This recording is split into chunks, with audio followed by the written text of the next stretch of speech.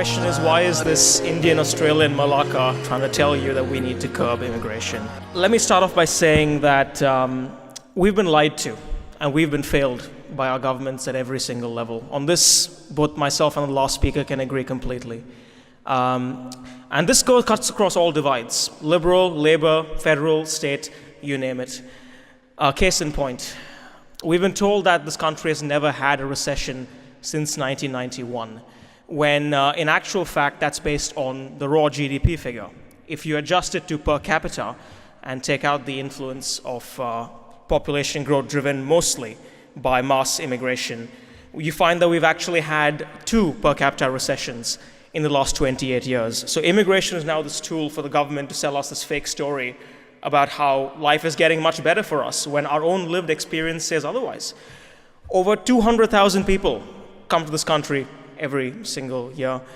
Majority of them, certainly half, settle mainly in Sydney and Melbourne. We might have a ton of space, but the fact is that for the moment at least, most of our jobs, most of our opportunities lie within these 2 big cities. And of course that's going to have flow-on effects. Of course your commute times are going to get longer. And while Nicole might have been correct that they've actually slowed down slightly in the last few decades or years, according to Infrastructure Australia, under the best case scenario from 2016 to 2044 in Melbourne and Sydney, your commute time is going to get longer, your house is going to get more expensive, and there's going to be a lot more stress on schools, hospitals, and other forms of infrastructure. We can talk about moving people to regional areas, but what are they going to do there? There's almost no economy in most of these places. The high-quality jobs that our young people have come to expect to be a part of simply aren't being developed there. Now, we can talk about developing these places, but this is a long-term strategy. And that is the biggest problem. The fact that we've trusted our governments for over 20 years to predict what the effects of massive population growth will be. We've trusted them to plan and put into place the infrastructure and everything that we need so that we can have a society that functions effectively and well, even 10, even 20 years in the future. And they've failed us every single time. And we think that they'll wake up tomorrow and they'll do the right thing all of a sudden. It's not going to work that way. The truth is governments are terrible planners even at the best of times. Look at the budget forecasts every year. There's a 5-year or a 10-year prediction that comes out in the budget papers about what the economy will look like and whether we'll end up with a surplus. And even those, put together by some very smart people in the Treasury, are almost always inaccurate and overtly optimistic. And of course they're going to be, because there's so many contingencies and variables that are hard to account for when change is happening rapidly and there are tons of variables. And that becomes even harder when you have over 200,000 people coming into your country. And even now we're lagging, consistently far behind in being able to cater for that. The other issue over here is not only that immigration is being used as a weaponized tool by the governments to, 1, pretend that our economic growth is strong, but 2, to focus on the small 15,000 component of our refugee program sometimes to argue that this is a huge issue, while often the same politicians who've made an issue out of the 15,000 end up increasing the 200,000 further and further, as has happened over the last 2 decades or so. We have to wean them off this addiction. We have to ensure that they are able to put the policies and the infrastructure in place first, and that we're able to pay for it and sustain it before we continue this over-dependency, this over-reliance on an insanely high rate of immigration. The other thing is this: we're told we need skilled workers to support our economy, and we do. But in the same week that you see an opinion piece from industry saying that we have skill shortages in STEM fields, that we need, and we can't cut skilled immigration, you find an article that reveals that the unemployment rate among STEM grads is actually some of the highest in the country of any discipline. A vast majority of them end up working in jobs which actually have nothing to do mainly with their degree.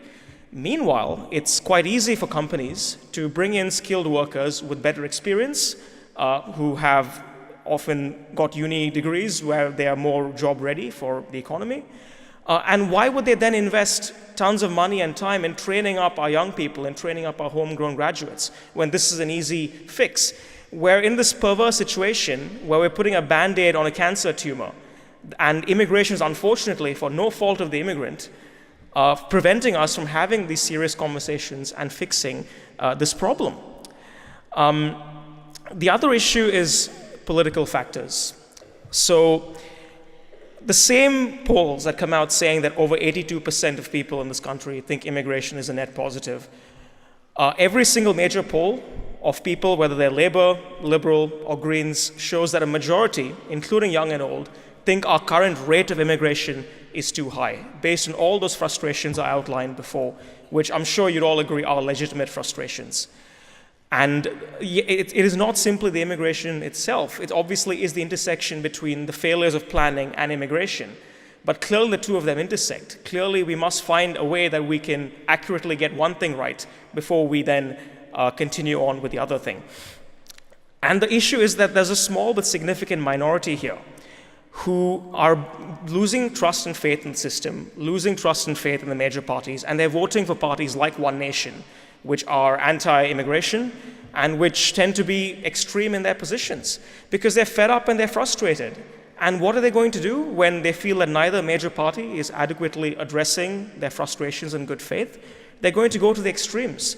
The time has come now for the sensible center in this country to reclaim that middle ground and bring people back there. And we can only do that if we have frank and honest conversation about our immigration rate and how it can be transformed in a way that preserves our quality of life for both native Australians as well as the immigrants, including myself and my family, who've come to call this country home. There's a reason why multicultural societies like Dubai and Hong Kong are different to Australia. Because over here, when you come here, you benefit from the Australian way of life. You don't just benefit from economic opportunity. You benefit from the idea of this country.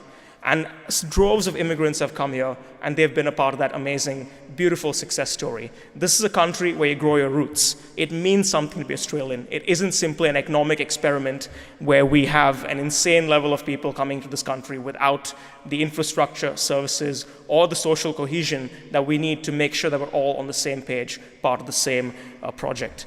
And until we've fixed that mix right, this way of life that you and I have all come to love is genuinely under threat.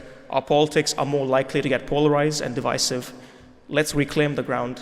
Let's do the right thing. Let's make immigration work for our country, as it always has. And then we will build a better Australia together, all of us. Thanks.